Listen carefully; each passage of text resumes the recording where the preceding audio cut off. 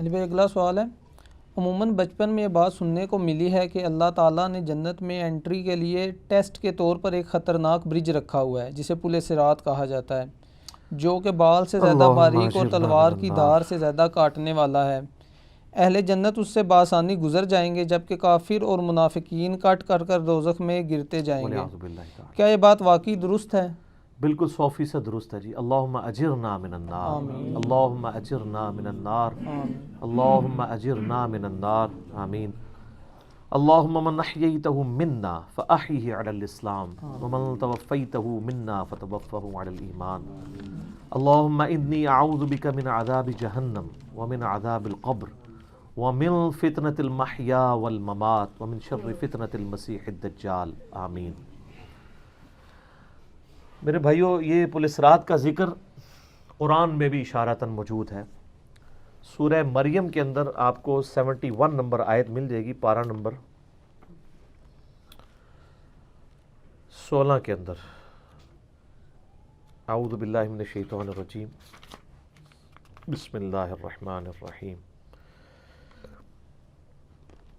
دوزخ کے کانٹیکسٹ میں گفتگو کرتے ہوئے اللہ تعالیٰ فرماتا ہے وَإِن مِّنكُمْ إِلَّا وَارِدُهَا، اور کوئی بھی تم میں سے ایسا نہیں ہے مگر یہ کہ اسے دوزخ سے گزرنا پڑے گا۔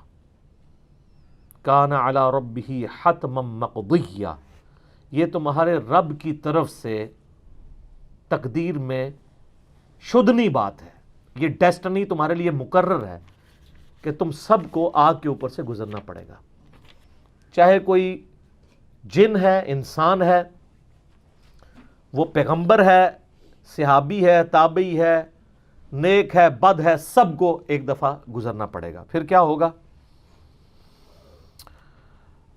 ثم ننجی الذین اتقوا ونذر الظالمین فیہا جثیا، پھر ہم نجات دے دیں گے اہل تقوی کو اور جو ظالم ہیں ان کو گھٹنوں کے بل اسی دوزخ میں رہنے دیں گے۔ والعیاذ باللہ تعالی۔ اللہم اجرنا من النار، آمین۔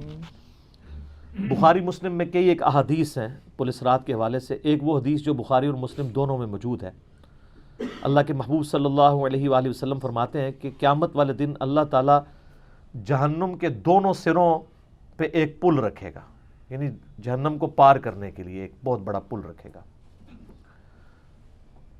بخاری مسلم کے الفاظ ہیں سب سے پہلے میں اپنی امت کو لے کے اس کے اوپر سے گزروں گا، اور اس کے بعد باقی انبیاء بھی اپنی امت کے لوگوں کو اپنے ساتھ لے کر گزریں گے، اور ہر رسول کی زبان پہ سمیت میرے رب سلم رب سلم رب سلم ہوگا، اے اللہ سلامتی فرمانا، اے اللہ سلامتی فرمانا، اے سلامتی فرمانے والے رب سلامتی فرمانا۔ اب نماز کے بعد بھی مسلم شریف میں دعا ہے نا، اللہم انت السلام ومنک السلام تبارک یا ذا الجلال والاکرام، سلامتی۔ اور نبی علیہ السلام فرماتے ہیں یہ کلام بھی صرف انبیاء کر رہے ہوں گے، انبیاء کے علاوہ کسی کو کلام کرنے کی اجازت بھی نہیں ہوگی۔ آپ ویسے کہتے رہیں کہ ہمارے بزرگ جو ہیں وہ پھڈا ڈال کے بیٹھ لیں گے کہ میں اپنے مرید لے کے جانے میں۔ بخاری مسلم کہتی ہے کہ انبیاء کے علاوہ سب کی زبانیں ہوں گی گونگ، سوائے اس کے کہ وہ کہیں گے رب سلم رب سلم رب سلم۔ پھر نبی علیہ السلام فرماتے ہیں کہ بخاری مسلم کے الفاظ ہے کہ جب لوگ پل صراط سے گزر رہے ہوں گے نا، تو پل صراط کے دونوں جانب آنکڑے لگے ہوئے ہوں گے، جس طرح کے کانٹے ہوتے ہیں، اور وہ گزرنے والوں کو زخمی کر رہے ہوں گے، اور اٹھا اٹھا کے مجرمین کو دوزخ میں پھینک رہے ہوں گے۔ جیسے کرین کی آپ سمجھیں کہ وہ آگے کرین سے وہ چیزیں اچک کے پھینکی جاتی ہیں نا، تو نبی علیہ السلام فرماتے ہیں اس طرح وہ اچک کر جہنمیوں کو اس پل سے گزرتے ہوئے اچک کر پھینک رہے ہوں گے جہنم میں۔ اور نبی علیہ السلام نے یہ بھی فرمایا، بخاری مسلم کے الفاظ ہیں کہ ہر شخص اپنے اعمال کے مطابق گزر رہا ہوگا۔ کوئی سورین کے بل گھسٹتا ہوا جا رہا ہوگا، استغفر اللہ توب الیہ۔ آپ سر اس منظر کو امیجن بھی نہیں کر سکتے۔ یہاں تو کہتے ہیں لوگ جو کچھ بھی ہے تیرے محبوب کی امت سے ہیں، تو وہ امت کون سی ہے جو گزر رہی ہوگی؟ وہ آپ ہی لوگ ہی ہیں، ہم لوگ ہی ہیں۔ اللہ تعالیٰ سلامتی کے ساتھ ہمیں گزار دیں، آمین۔ آپ علیہ السلام فرمایا کہ بعض لوگ جو ہیں وہ یعنی تیز رفتاری سے گزر رہے ہوں گے، بعض گھسٹ کے، اپنے اعمال کے مطابق گزر رہے ہوں گے، اور پھر لوگ کٹ کٹ کے دوزخ میں گر رہے ہوں گے. بخاری مسلم کے الفاظ ہیں، اس پل سے کٹ کٹ کے دوزخ میں گر رہے ہوں گے، پھر وہ دوزخ میں رہیں گے یہاں تک کہ اللہ تعالیٰ ان کے لیے کوئی فیصلہ فرما دے.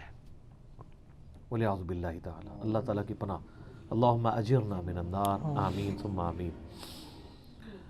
صحیح مسلم میں ایک حدیث ہے، ابو سعید خدری کہتے ہیں کہ ہمیں یہ بات بھی پہنچی ہے کہ وہ پل جو ہے وہ تلوار کی دھار سے زیادہ تیز اور بال سے زیادہ باریک ہوگا. یہ الفاظ بالکل صحیح ہیں صحیح مسلم کے اندر.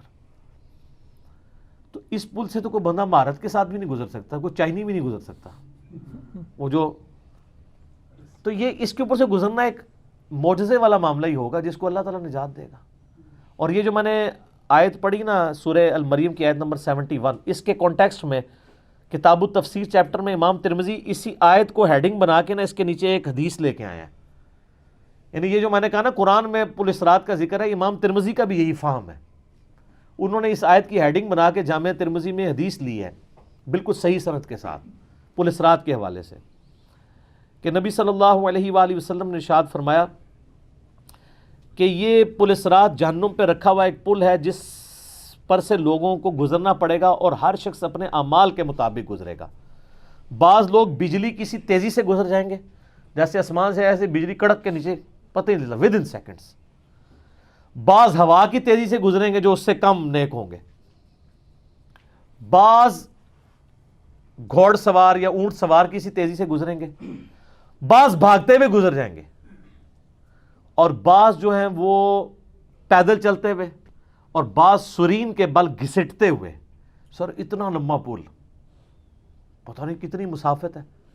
بلکہ بخاری مسلم میں الفاظ ہیں، نبی علیہ السلام نے فرمایا کہ اس پل کی لمبائی اللہ ہی بہتر جانتا ہے، مجھے نہیں پتا کتنی ہے. ہائے ہائے ہائے ہائے. اور بعض ایسے ہوں گے جو کٹ کٹ کے پھر دوزخ میں گر رہے ہوں گے، اور ان کا معاملہ پھر بعد میں اللہ تعالیٰ طے کرے گا کہ ان کے ساتھ کیا کرنا ہے. استغفر اللہ. جامع ترمذی میں ایک حدیث ہے، حضرت انس بن مالک جو حضور کو 10 سال تک وضو کرواتے رہے، بخاری مسلم میں ہے. ترمذی میں الفاظ ہیں، وہ کہتے ہیں یا رسول اللہ قیامت الدین آپ میری شفاعت کریں گے؟ فرمایا میں کروں گا. تو یا رسول اللہ مجھے اپنا پتہ بتا دیں، میں آپ کو کہاں تلاش کروں. انہوں نے انشور کیتا ہے.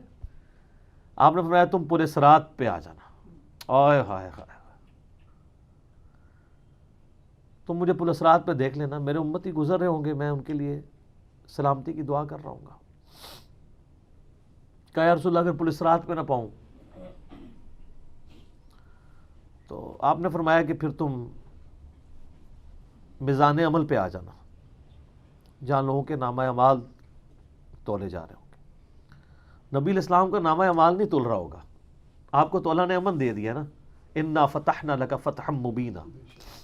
اور بخاری مسلم میں حدیث ہے، حدیث شفاعت کے سارے نبیوں سے لوگ ہوتے ہوتے حضرت عیسیٰ کے پاس جب اینڈ پہ آئیں گے نا تو وہ کہیں گے بس ایک ہی شخص ہے جس کو امن ملا ہوا ہے، تو محمد رسول اللہ کے پاس جاؤ، وہ شفاعت کریں گے. تو آپ علیہ السلام اپنی امت کی خاطر ہی یعنی میزان عمل پہ تکلیف کاٹ رہے ہوں گے. کہا یا رسول اللہ میزان عمل پہ بھی نہ پاؤں تو کہاں جاؤں؟ فرمایا پھر تم حوض کوثر پہ آ جانا، میں وہاں پہ اپنے امتیوں کو مشروب پلا رہا ہوں گا. بخاری مسلم میں درجنوں احادیث ہیں، آسمان کے ستاروں کے برابر اس کے برتن ہیں، اور جو ایک بار پیے گا وہ کبھی پیاسا نہیں ہوگا. جنت میں لوگ مشروب لذت کے لیے پئیں گے، پیاس کی وجہ سے نہیں پئیں گے. ان کا یا رسول اللہ اگر آپ مجھے پل صراط پہ بھی نہ ملے، میزان عمل پہ بھی نہ ملے،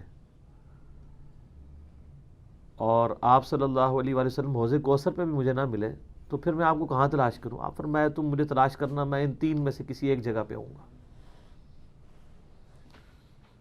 تو بخاری مسلم میں پھر یہ بھی آتا ہے کہ میرے حوض کوثر پہ کچھ لوگ لائے جائیں گے، میں کہوں گا اصحابی اصحابی، یہ میرے ساتھی ہیں. تو مجھے بتایا جائے گا کہ آپ کے بعد یہ دین سے الٹے قدم پھر گئے تھے، انہوں نے دین میں بدعتیں جاری کر دی تھی.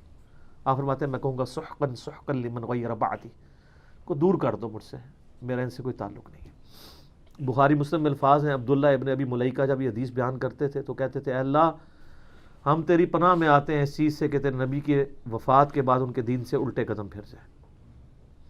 یہ وہی لوگ ہیں جو حضور کی وفات کے بعد مرتد ہو گئے تھے. مسلمہ کذاب کے ساتھ مل گئے، منکرین زکوٰۃ میں شامل ہو گئے، سیدنا ابوبکر کے خلاف کھڑے ہو گئے. اور یہ صرف قانوناً صحابہ کے بارے میں صرف یہ حدیث نہیں ہے، عام امتیوں کے بارے میں الگ سے حدیثیں ہیں بخاری مسلم میں. یہ نہ سمجھیں کہ پچھلے لوگوں کے لیے، قیامت تک کے لیے جن لوگوں نے دین میں بدعتیں جاری کی ان کے لیے حدیثیں ہیں، اس میں امتی کے الفاظ بھی ہیں، وہ بھی بخاری مسلم میں. اور امت کیا کر رہی ہے؟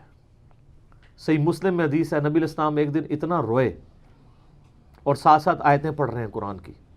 پہلے آپ نے سورہ ابراہیم کی وہ آیت پڑھی جس کا ترجمہ یوں ہے کہ ابراہیم علیہ السلام کہتے ہیں اے اللہ شیطان نے کتنے لوگوں کو بہکا دیا،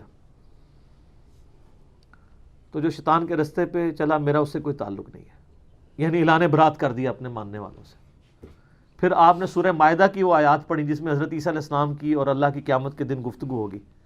اس میں عیسیٰ ابن مریم کہیں گے اے اللہ جب تک میں ان میں موجود تھا میں ان پر گواہ تھا، جب تو نے مجھے اٹھا لیا پھر تو اور تیرا ان کا تیری مرضی ان کو عذاب دے یا چھوڑ دے. اعلان برات. پھر حضور نے کہا کہ یا اللہ ابراہیم نے بھی اپنی امت سے اعلان برات کر دیا، عیسیٰ نے بھی کر دیا، لیکن میں کہتا ہوں میری امت میری امت. آئے ہائے ہائے.